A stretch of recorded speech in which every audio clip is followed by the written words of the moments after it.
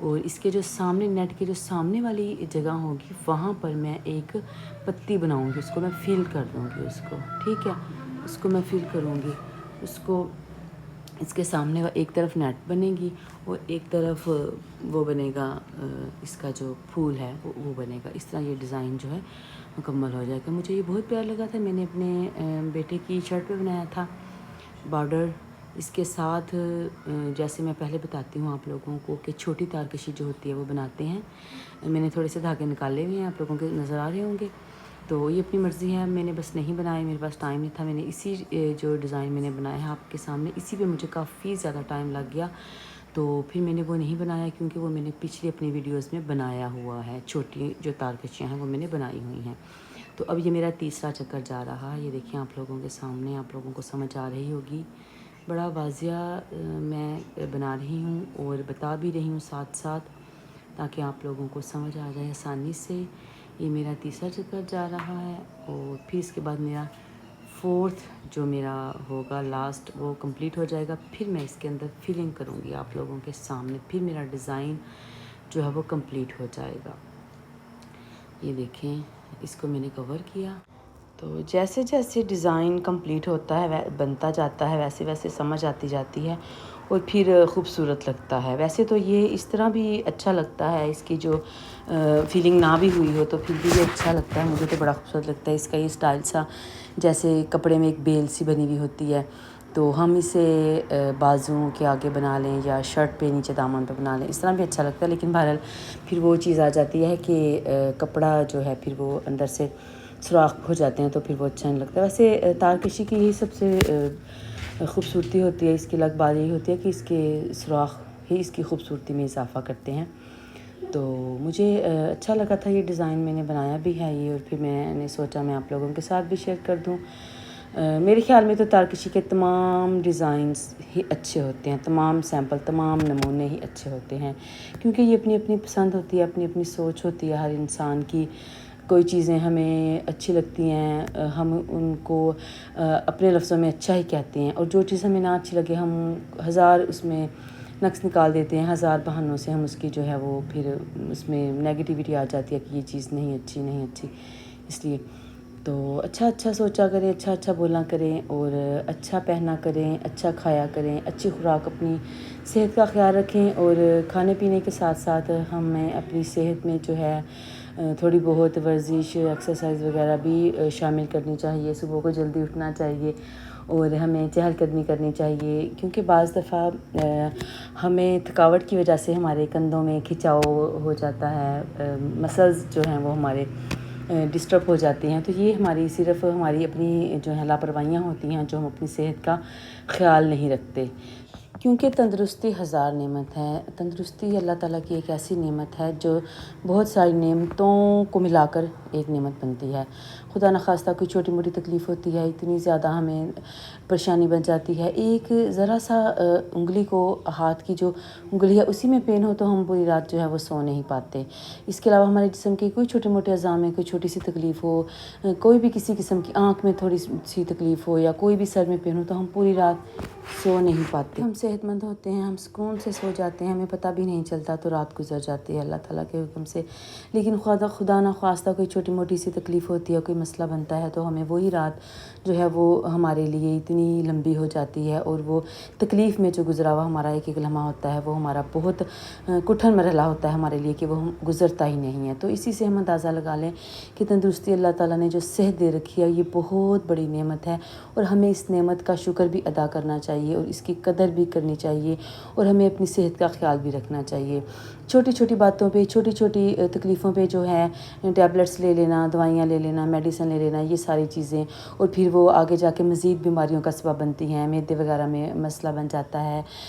Kidneys وغیرہ میں مسئلہ بن جاتا ہے زیادہ میڈیسن لینے سے۔ تو یہ ساری چیزوں سے کوشش کیا کریں کہ میڈیسن کا استعمال ہماری زندگی میں کم ہو،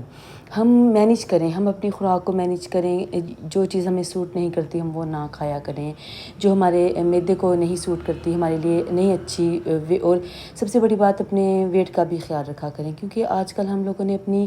فوڈ کو، اپنی خوراک کو ایسے بنا لیا ہے کہ صرف ہم ٹیسٹ دیکھتے ہیں اور بس ہم جتنی سادہ خوراک کھائیں گے اتنی ہی ہماری صحت بھی ٹھیک رہے گی اور ہمارا ویٹ جو ہے وہ بھی ٹھیک رہے گا، بڑھے گا نہیں۔ تو جتنی خوراک سادہ ہوگی اتنا ہی ہم بیماریوں سے بھی بچیں گے۔ تو سادہ خوراک کھائیں، ہیلدی کھائیں، نیچرل چیزیں کھائیں، اور میٹھی بھی، کچھ لوگوں کو میٹھا بہت زیادہ پسند ہوتا ہے، لیکن کوشش کریں کہ نیچرل میٹھا کھائیں ہم۔ تو اس طرح اگر ہم اپنی صحت کا جتنا ہو سکے ہم خیال رکھیں گے تو ہم بہت ساری بیماریوں سے محفوظ رہیں گے، اور میڈیسن سے بھی اللہ تعالیٰ دوائیوں سے بھی بچا کر ہی رکھے، کیونکہ بے تکی دوائیاں کھانا، بے تکا ڈاکٹرز کے پاس جانا، یہ اپنے آپ کو مصیبتوں میں ہی مبتلا کرنے والی بات ہے۔ خیال رکھیں اپنے کھانے پینے کا، کھانے کے بعد واک کریں، چہل قدمی کریں جتنا ہو سکے، اور اپنی ایج کے حساب سے اپنی خوراک میں جو ہے وہ آئلی چیزیں کم کریں، گھی وغیرہ اس قسم کی چیزیں، جو فیٹ ہو وہ کم کریں، کیونکہ ایج کا ایک حصہ ہوتا ہے، زندگی کا ایک حصہ ہوتا ہے، جب تک ہم وہ خوراک ہم اس حساب سے کھاتے ہیں۔ کچی سبزیوں کا زیادہ استعمال کرنا چاہیے ہمیں، اور فروٹس وغیرہ اور دال وغیرہ اور مٹن وغیرہ یا اس قسم کی جو چیزیں، بیف وغیرہ، ان کو ایک لمٹ میں رکھ کر اگر ہم اپنی خوراک میں شامل کریں گے تو ہم بہت ساری بیماریوں سے جو ہے محفوظ رہیں گے اللہ تعالیٰ کے حکم سے۔ ہارٹ وغیرہ کے جو پیشنٹ ہوتے ہیں یا شوگر وغیرہ کے جو ہوتے ہیں، ان سب کی بھی اپنی اپنی ایک لسٹ ہوتی ہے کہ یہ چیزیں کھانی ہیں، یہ چیزیں نہیں کھانی، وہ تو ایک الگ بات ہوتی ہے، لیکن ویسے ہی ہم بیماریوں، ضروری نہیں کہ جب ہم خدا نخواستہ بیمار ہوں تبھی ہم نے پرہیز کرنا ہے، نہیں۔ وہ کہتے ہیں کہ ایک پرہیز 100 علاج سے بہتر ہوتا ہے، تو پرہیز زیادہ بہتر ہے۔ پرہیز اس طرح نہیں کہ بالکل ہی ہم پھیکا سالن کھائیں یا بالکل ہی ہم جو ہے وہ ابلی ہوئی چیزیں نہیں، تھوڑا سا بیلنس رکھیں، مینٹین کریں تھوڑا سا اپنی خوراک کو، کہ اس طرح ہماری خوراک ہو کہ ہمارا ویٹ بھی جو ہے وہ ٹھیک رہے اور ہمارا ٹیسٹ بھی ٹھیک رہے، سب کچھ ہی ہمارا، ہم نے اس کو ساتھ لے کر چلنا ہے۔ اور خاص طور پہ بچے جو ہوتے ہیں وہ نہیں کھاتے پیتے، اور مدرس جو ہوتی ہیں وہ بہت پریشان ہوتی ہیں بچوں کو لے کر، تو بچوں کے ساتھ ہمیں کھپنا پڑتا ہے، بچوں کو ہمیں پکڑ پکڑ کر پیچھے بھاگ بھاگ کر کھلانا پڑتا ہے۔ تو کوشش کریں کہ بچے گھر کی چیزیں ہی کھائیں، ہیلدی فوڈ کھائیں، اور باقی جو فاسٹ فوڈ وغیرہ ہیں اس قسم کی چیزیں وقتی طور پہ تو ہمیں اچھی لگتی ہیں، لیکن یہ چیزیں جو ہیں ہماری صحت کو خراب بھی کرتی ہیں۔ کولڈ ڈرنکس کے تو میں اتنی خلاف ہوں کہ میں بس کیا بتاؤں۔ کولڈ ڈرنکس تو جتنا ہو سکے اوائڈ کریں، جتنا ہو سکے اوائڈ کریں۔ میں تو کہتی ہوں عید پہ ہی پیا کریں، بس سال میں ایک دفعہ ہی پینی چاہیے۔ مہمان بھی جائیں کسی کے گھر تو کولڈ ڈرنکس سے اوائڈ کریں، اتنے زیادہ اس کے سائڈ افیکٹ ہیں، اتنے زیادہ اس کے نقصانات ہیں۔ جب ہم ڈاکٹر کے پاس مریض بن کے جاتے ہیں تو وہ سب سے پہلے ہم سے پوچھتے ہیں آپ کولڈ ڈرنک لیتی ہیں، تو وہ کہتے ہیں نہیں آپ نے کولڈ ڈرنک نہیں لینی، وہ اتنی سختی سے جو ہے وہ کولڈ ڈرنکس بند کر دیتے ہیں سب کی۔ تو کیوں نہ ہم خود ہی تھوڑا سا پرہیز کر لیں، خود ہی اپنی صحت کا خیال رکھ لیں اپنے معاملے میں، اپنے بچوں کے معاملے میں، کیونکہ بچوں کو ان چیزوں کا نہیں پتہ ہوتا۔ اویئرنیس ماں باپ نے دینی ہوتی ہے، بچوں کو سکھانا ہوتا ہے، سمجھانا ہوتا ہے۔ بچے تو جو ان کو مزے کی چیز لگتی ہے وہ کھانے پینے میں وہ ماں باپ سے چوری بھی کھا لیتے ہیں، باہر بھی کھا لیتے ہیں، لیکن ان کو اگر ہم وضاحت کر کے بتا دیں گے تو وہ سمجھ جائیں گے کہ یہ چیزیں صحت کو خراب کرتی ہیں، آگے جا کے بیماریوں کا باعث بنتی ہیں۔ تو بعض دفعہ ایسا ہوتا ہے کہ بچے چھوٹی چھوٹی باتوں کا بہت زیادہ سوال کرتے ہیں، تو ہم لوگ جو مدرس ہوتی ہیں کچن میں بیزی ہوتی ہیں یا اور کاموں میں بیزی ہوتے ہیں، تو ہم لوگ ان کے سوالوں کا جواب دینے کے بجائے ہم ان کو ڈانٹ دیتی ہیں، تو یہ بات غلط ہے، ہمیں ایسا نہیں کرنا چاہیے۔ وہ بات ٹھیک ہے کہ ہم لوگ بیزی ہوتی ہیں، کاموں میں الجھی ہوئی ہوتی ہیں، تھک جاتی ہیں، تو بچوں کے ہر چھوٹے موٹے سوال کا جواب ہم نہیں دے سکتے، لیکن یہ بات غلط ہے ہمیں، کیونکہ ان کے ذہن سفید کاغذ کی طرح ہوتے ہیں، ان کے ذہن بالکل صاف ہوتے ہیں، وہ جو بات ان کے ذہن میں بیٹھ جاتی ہے وہ پھر ساری زندگی بیٹھی ہی رہتی ہے، تو پھر وہ آگے چل کے کیونکہ میں نے سنا تھا کہ جو بچہ زیادہ سوال کرتا ہے وہ زیادہ ذہین ہوتا ہے، ٹھیک ہے، اس کی ظاہر سی بات ہے وہ سوچتا ہے تو اس کا ذہن کام کرتا ہے تو وہ کسی سوال پہ پہنچتا ہے نا۔ تو ہمیں چاہیے کہ ہم بچوں کے ہر سوال کا جواب دیں، وضاحت سے دیں، تفصیل سے دیں، ان کو سمجھا دیں، اسے پہلے کہ وہ چھوٹے چھوٹے سوال کو بار بار دہرائے پھر ایک سوال کا نہیں، ہم پہلے ہی وہ بات تفصیل سے اس کو سمجھا دیں، کوئی بھی چھوٹی موٹی سی بات لے کر تو پھر وہ اس کو باقی زندگی میں اس کے لیے آسانی پیدا ہوتی ہے. جیسے ہم چھوٹے ہوتے تھے ہماری اماں کہتی تھی کہ پوئم سنایا کرتی تھیں ہمیں کہ اس چاند پہ پریاں رہتی ہیں, یا اس چاند میں نا ایک اماں دادی رہتی ہیں, وہ چرخہ کات رہی ہوتی ہیں. تو اب تک ہمارے ذہن میں وہی بات ہے, جب بھی چاند کو دیکھتے ہیں تو وہ بات آ جاتی ہے. حالانکہ یہ حقیقت نہیں تھی, لیکن وہ ہماری مائیں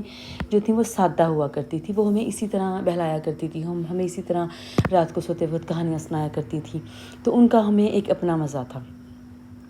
ہاں جی, تو میرا ڈیزائن جو ہے الحمدللہ ماشاءاللہ سے کمپلیٹ ہو چکا ہے. شکریہ بہت بہت. زندگی رہی تو پھر ملاقات ہوگی انشاءاللہ العزیز.